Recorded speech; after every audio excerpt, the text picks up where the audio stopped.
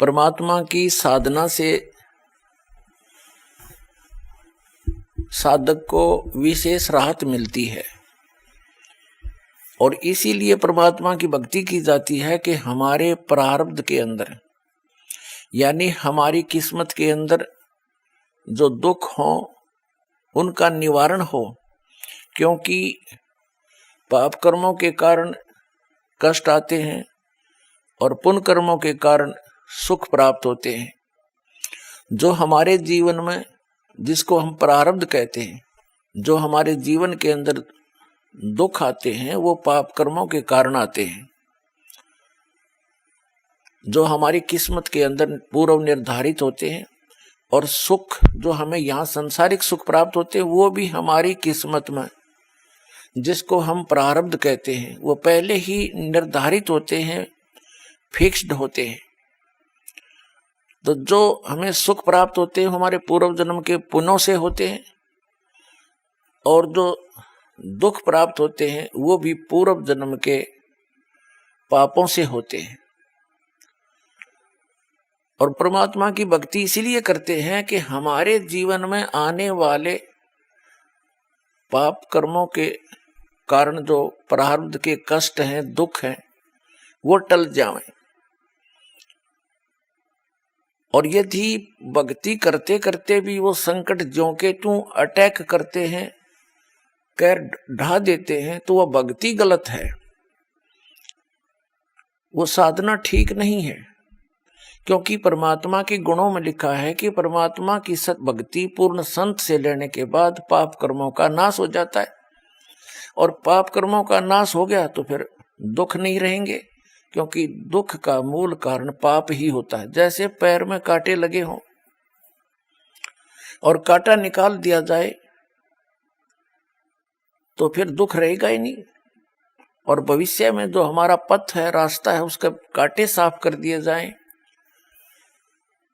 तो फिर भविष्य में उस मार्ग में कांटे नहीं लगते, तो आसानी से सफर तय हो जाता है।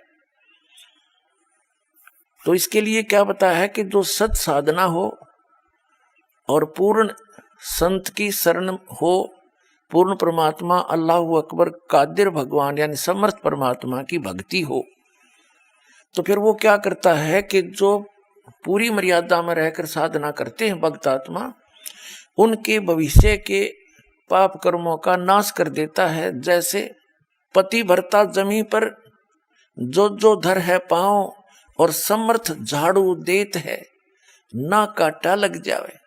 कि वो समर्थ, वो कादिर परमात्मा, वो अल्लाह अकबर, वो ग्रेट गॉड, वो कंप्लीट गॉड, वो परमात्मा जब यदि उसकी सत साधना मिल जाती है और पूर्ण संत के माध्यम से, तो फिर वो उस अपनी प्यारी आत्मा के जीवन सफर में आने वाले पाप रूपी कांटों को ऐसे बुहार देते हैं जैसे झाड़ू से एक तरफ साइड में कर दिए जाएं।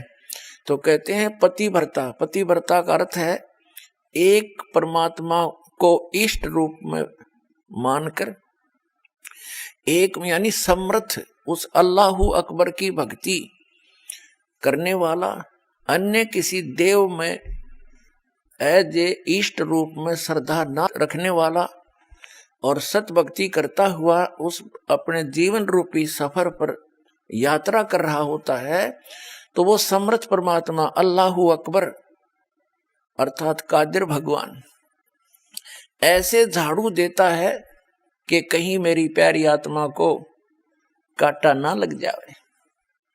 और यदि भक्ति करते करते भी हमें दुख होते हैं तो भक्ति ठीक नहीं है, वो परमात्मा समर्थ नहीं है, क्योंकि वो आपकी किस्मत में आने वाले दुखों को, पापों को नाश करने में सक्षम नहीं है। इसी का परिणाम है कि हजरत मोहम्मद जी को